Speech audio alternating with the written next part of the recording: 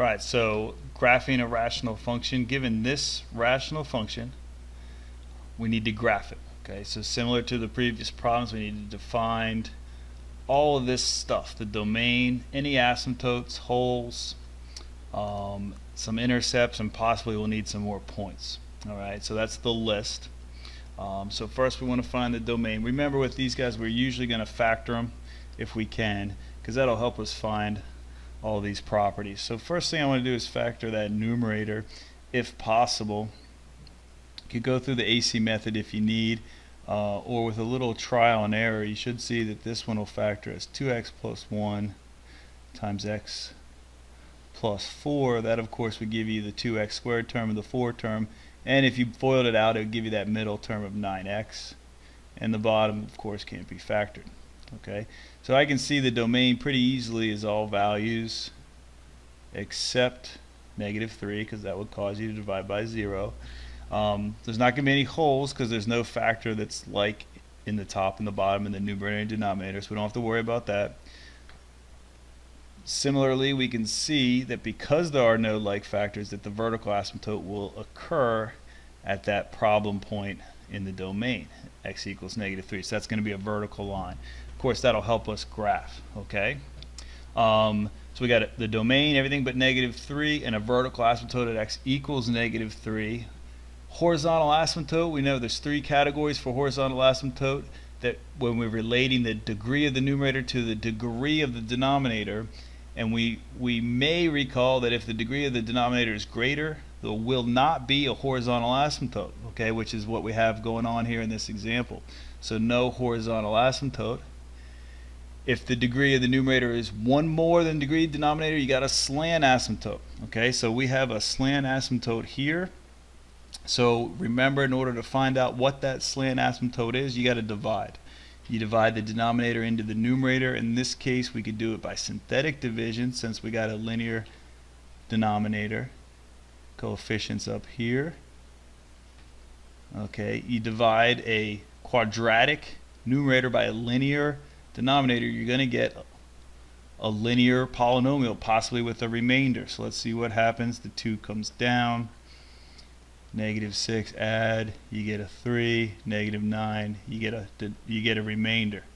Okay, so what this means is my original function can also be written as the quotient. Remember, this is the x and this is the number term, so that's the quotient, 2x plus 3. So my function can also be written like this: the quotient plus the remainder. All right, divided by what you're dividing by, or the divisor. And the idea here at infinity, this guy doesn't matter, right? That's the whole idea of slant asymptote. He doesn't matter, so we can ignore him. That is my slant asymptote, 2x plus 3. Okay, so I'm going to go ahead and jump to the graph and just graph my asymptotes so I don't forget what they are. Vertical asymptote at -3, so that's right about here. Slant asymptote at 2x plus 3. So you got to remember how to draw lines. There is my 1, 2, 3, my intercept, and then a slope of 2, right? So it would be rise over run. So there is my slant asymptote. Okay. Now that's really the main things that are going to help me graph this function, those 2 asymptotes, because we know what happens as x approaches infinity and as x approaches that vertical asymptote. Right? It's going to hug those imaginary lines. Okay, so that's not bad. So let's jump back and finish the problem. What else do we need to find? The x-intercepts. We know we'd find those by setting the numerator to 0, which we've already factored. 2x plus 1 and x plus 4. Set the numerator to 0 to find x-intercepts always. Okay, so I'm going to skip a little bit of work here. That should give me a 0 of -1/2 if I set that to 0.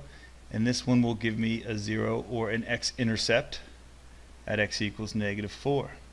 Alright, good. 2 x-intercepts. How about y?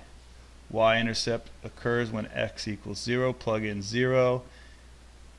Everything goes away but the 4, and the 3, right? So there is a y-intercept at 0, 4/3. All right, so that's a lot of info. Let's see if that helps us graph. Let's plot those intercepts. -1/2, -4 on the x-axis. -4 is right here. -1/2 is right here. And 4/3 is 1 1/3, which is right here. Okay, so that's it. That's all we got.